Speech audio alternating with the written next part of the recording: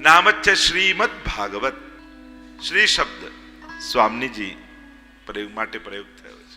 અહીંયા એકલા નથી, સ્વામીજી સહિત ઠાકોરજી છે. શ્રી કૃષ્ણ પણ આપણે બોલીએ ને તો શ્રીમાં સ્વામીજી આવી જ જાય છે. એટલે જ પુષ્ટિ માર્ગમાં ઠાકોરજી ભલે એકલા તમારી સેવામાં બિરાજતા હોય પણ એકલા નથી હો, યુગલ સ્વરૂપે જ છે. એટલે જ ઘણીવાર જુદા સ્વામીજી બધા સ્વરૂપ જોડે હોતા નથી. પુષ્ટિ માર્ગમાં એટલે ઘણીવાર આમ રાધે રાધે કેવું કરીને બહુ બોલવાનો એવો પ્રકાર છે નહીં, કારણ કે તમે શ્રી કૃષ્ણ બોલો ને એમાં સ્વામીજી આવી જ જાય છે, જુદા નથી. પ્રભુથી વ્રજ ભક્તો અળગા નથી, પ્રભુમાં બિરાજેલા જ છે. એટલે તમારે ત્યાં ભલે લાલન પણ બિરાજતા હોય ને, જો તમારે ત્યાં લાલન હોય તો કેવા હોય? પીત રંગના હોય ને, પીત રંગના, ધાતુ પંચ ધાતુ ના હોય. હવે ઠાકોરજી તો શ્યામ રંગના હતા, આ પીત રંગના કેમ પધરાવો છો? ભાઈ તો શ્યામ કાળા જ પધરાવા જોઈએ ઠાકોરજી. આ પીત રંગ કેમ છે? રાધા રાધા રાધા રાધા જપી ઠાકોરજીને સ્વામીજીનો આવેશ આવી ગયો એટલે પીત રંગના થઈ ગયા છે. એટલે જયારે ઠાકોરજીનો વર્ણ જુઓ ને તો વિચારી લેવું કે રોમ રોમમાં સ્વામીજી બિરાજેલા જ છે. એટલે એવું નહીં વિચારું પેલાને ત્યાં તો યુગલ સ્વરૂપ ને મારે ત્યાં તો એકલા લાલન બિરાજે છે.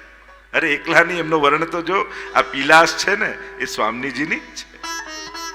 એટલે ઘણી बार भागवत के लिए भी लोग कहते हैं कि इसमें राधा जी का नाम नहीं. वैसे तो महाप्रभु जी तो मानते हैं. द्वितीय स्कंद में जब मंगलाचरण किया सुखदेव जी ने, नमो नमस्ते त्ववृषभाय सात्वता विदुर काष्ठाय मुहुः નિરસ્ત સામ્યાતિશયન રાધસા. એ રાધસ શક્તિ સાથે ભગવાન, આવું મહાત્મ્ય ભગવત સ્વરૂપનું છે. એટલે રાધાજીનો શબ્દ એમાં જેમ કોઈ દૂધ પડ્યું હોય ગ્લાસમાં અને કોઈ એમ કે આમાં ખાંડ નાખી છે કે નહીં, આંખથી દેખાય પણ કે એક ઘૂંટડો પીવો જો એટલે ખબર પડી જશે. અને જ્યાં ઘૂંટડો પીવો અને મીઠું લાગે કે ના ખાંડ છે એમાં. એમ ભાગવતમાં રાધા છે કે નહીં દૂરથી જોતો ન દેખાય, પણ પીબત ભાગવતમ રસમાલ એમ એકવાર એક ઘૂંટડો એક શ્લોક ગાઈ તો જુઓ, અને જો એ શ્લોક મીઠો લાગે તો એ મધુરતા રાધા જ છે. જો શબ્દ કૃષ્ણ છે તો એમાં રહેલું માધુર્ય રાધા છે. સદા યુગલ સ્વરૂપ સે હી હૈ. શ્રીમદ ભાગવત મહાત્મ્ય 6 અધ્યાયમાં પદ્મ પુરાણ અંતર્ગત વર્ણન કરવામાં આવ્યું ને વ્યાસજી પ્રારંભ કરતા જ મંગલાચરણ કરે છે.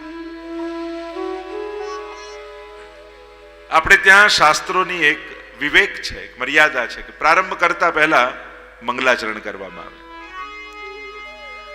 મંગલ આચરણ એ જ મંગલાચરણ છે, અથવા આ ચરણ મંગલ તરફ જાય એ જ મંગલાચરણ છે. મંગલ ઉચ્ચારણ, મંગલ આચરણ, મંગલ વચન, મંગલ દર્શન મંગલાચરણ છે. એટલે આપણે કહીએ મંગલ મુખી. અરે વાહ,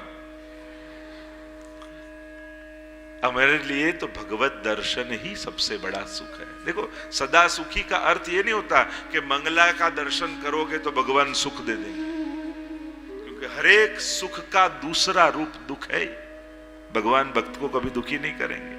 सुखी यानी भक्त के लिए एक स्लोगन समझ लो, भक्त भगवान पासे सुख માંગતો નથી, ભગવાનને જ સુખ માને છે. ભક્ત ભગવાન પાસે સુખ માંગે નહીં, ભગવાનને જ સુખ માને. અને જેણે ભગવાનને સુખ માની લીધા ને એના જીવનમાંથી દુઃખ સમાપ્ત થઈ જાય. કારણ કે જેનો નાશ ન હોય એ જ શાશ્વત સુખ છે. બાકી દરેક સુખો ક્યાંક ને ક્યાંક દુઃખ રૂપે સામે આવે છે. અને એટલા માટે મંગલાચરણ એટલે જે આચરણથી જીવનમાં મંગલ પ્રગટે એ જ મંગલાચરણ છે. અને મંગલ ક્યાં છે? मंगल रूप निधान सांवरो मंगल रूप निधान। मंगल का निधि कौन? प्रभु ही तो है। मंगलम भगवान विष्णु मंगलम गरुड़ध्वज। मंगल रूप प्रभु ही है। और प्रभु का स्मरण ही जीवन में मंगल का उदय करता है। मंगल मंगल व्रजभूमि मंगल मंगल मिह श्री नंद यशोदा, अनेक अनेक मंगल आरती गोपाल की माई। मंगल क्या है, कैसे जीवन में प्रगटे मंगल, और मंगल का दाता कौन है? मानस मदद करी शके, सुखी ना करी शके कोई। સુખ તો ઈશ્વરના જ હાથમાં છે। કોઈ ગમે તેટલી મદદ કરે પણ કોઈ ગેરંટી આપે મારી મદદથી તું સુખી જ થઈશ ના। મંગલનો દાતા ઈશ્વર છે। તો આપણા જીવનમાં મંગલ કેમ પ્રગટે, કઈ રીતે પ્રગટશે, કોણ મંગલનો દાતા છે એનો પરિચય કરાવ્યો। એટલે પહેલા જ શ્લોકમાં મંગલાચરણ કર્યું અને પ્રભુના સ્વરૂપ, સામર્થ્ય અને સ્વભાવનો પરિચય કરાવ્યો। અને મંગલદાતા ઈશ્વર છે કોણ, કોણની કથા ભાગવતમાં છે એનું નામ આપ્યું।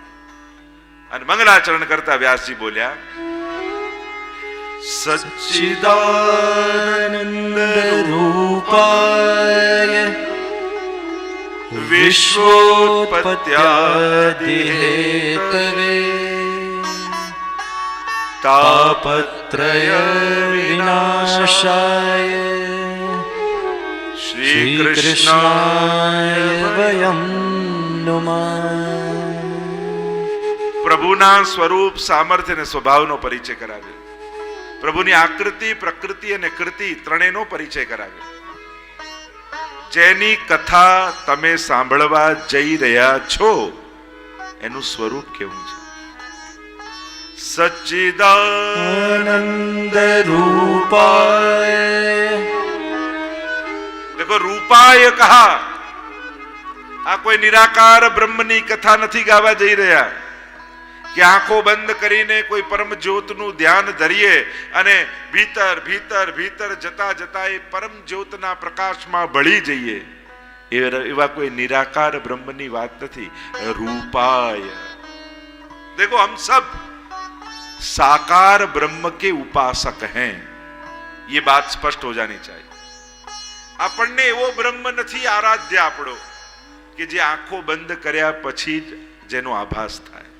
આપણે ત્યાં તો લોચન ભરી ભરી પીજે જી, આંખો ખોલીને એનું પાન કરવાનું છે। એટલે કે આપણે જેનું આરાધન કરીએ છે એ આંખોથી દેખાય એવો પ્રભુ, કાનથી જેની વેણું સંભળાય એવો ઠાકોરજી, જેને હાથમાં સ્પર્શ કરીને ગોદમાં લઈ શકાય એવો પ્રભુ। એટલે શબ્દ, સ્પર્શ, રૂપ, રસ, ગંધ આ પાંચે દ્વારા આપણે તો ઠાકોરજીને અનુભવવા છે। આંખો બંધ કરીને જ્યોત રૂપનું ધ્યાન નથી ધરવું। આપણે તો સાકાર સ્વરૂપના ઉપાસક છીએ। એટલે ઘણીવાર લોકોને એમ થાય કે શરૂઆતમાં બધું આકાર હોય ને પછી તો બધું જ્યોત બની જાય ને પરમ જ્યોત। આપણે साकार ब्रह्मवादैक स्थापको वेद पारग, सर्वोत्तम सूत्र में कहते हैं महाप्रभु जी। પણ એ સ્વરૂપનો અનુભવ કરવા માટે અલૌકિક સામર્થ્યનું દાન ઠાકોરજી કરે છે આપણા શરીરમાં, દેહમાં। તનુનવત્વનું દાન શ્રી યમુનાજી કરે છે। શ્રી મહાપ્રભુજી કૃપા કરીને અલૌકિક દ્રષ્ટિનું દાન કરે છે। અજ્ઞાન તિમિરાંધસ્ય જ્ઞાનાંજન શલાય। તો જ્ઞાનનું અંજન એટલે શું? આપણને બધા ગ્રંથો ભણાવી દે એ ના। ज्ञान का अंजन क्या है कि सूरदास जी गोकुल लेकर आए, सूरदास जी को महाप्रभु जी और आज्ञा की सूरदास गोकुल के दर्शन करो, और जिनकी आंखों के आकार भी नहीं है ऐसे सूरदास जी को प्रकट लालन के दर्शन, हाथ में माखन का लौंदा लेकर घुटनों से चलते हुए नंदालय के आंगन में ऐसे नवनीत प्रिया जी के दर्शन हुए सूरदास जी को। ये ज्ञान का अंजन है। जे भणावे गुरु नहीं, जे अनुभव करावी दे गुरु जी। हमारे महाप्रभु जी तो अनुभव का दान, केवल दशम स्कंद की अनुक्रमणिका सुनाई, अनुक्रमणिका कथा नहीं। कई बार लोग कथा में कहते हैं ये कथा रह गई, ये कथा रह गई, ये लंबी करी, ये अरे केवल अनुक्रमणिका सुन लो वही काफी है भागवत। अरे भागवत बैठाने का संकल्प भी कोई कर ले ना। अरे कोई ने बैठा ही हो और आपको आमंत्रित करने आए और आप इतना कह दो बहुत अच्छा किया, केवल अनुमोदन करो ने तो भी मुक्ति मिल जाती है, ऐसा महात्म्य भागवत का। कथा सांभळे एनु महात्म्य तो दूरनी बात है, કોઈએ રખાવી હોય ને કેવલ સહમતિ આપે ને, બહુ સારું કર્યું આટલું કહી દો ને તોય મુક્તિ થઈ જાય. એટલે ભાગવત કથા મુક્તિ માટે નથી, પણ જેની મુક્તિ થઈ ગઈ છે ને એની પાછળ જ કથા બેસી શકે છે. जिनको भगवान ने चरणों में स्वीकार कर लिया है उनके पीछे ही कथा हो पाती. इसलिए भागवत का महात्म्य तो अनेक प्रकार से गाया गया. तो ये कथा ऐसी है जो रूपाय, हमारा आराध्य कौन है जो चर्चा हम कर रहे थे, जो सुंदर है के जोता पे हर खाय निरखता लोचनिया ललचाय एवं रूप रसियानो के जोता. रसखान जी हर खाय. एक बच्चे में इतने आसक्त थे, पूरे दिन उसको देखते रहे. दो वैष्णव बात कर रहे थे, रसखान को जैसी उस बच्चे में आसक्ति है ना, आज ऐसी जो श्रीनाथ जी में हो जाए तो उसका उद्धार हो जाए. कभी देखे नहीं थे. तलवार निकाल ली रसखान ने, बताओ कौन है श्रीनाथ जी. घबरा गए, डर गए वैष्णव. पाग में एक चित्र था, निकाला और बताया ये है श्रीनाथ जी. और जहां रूप देखा श्रीनाथ जी का, श्रीनाथ जी मय हो गए. अब पाना है तो इसको पाना. चित्र लेकर मथुरा के सभी मंदिरों में डोल रहे हैं.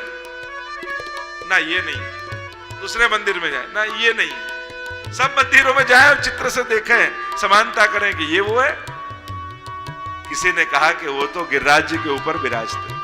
जाने गए यवन थे, किसी ने जाने नहीं दिया. गुसाई जी वहां से बता रहे और गुसाई जी की दृष्टि भी वहां है. और जहां गुसाई जी को देखा, रसखान ने कहा ये मेरे महबूब का यार लगता है, क्योंकि जहां मैं देख रहा हूं ये वहीं ये देख रहे हैं. गुसाई जी ने कहा चल रसखान.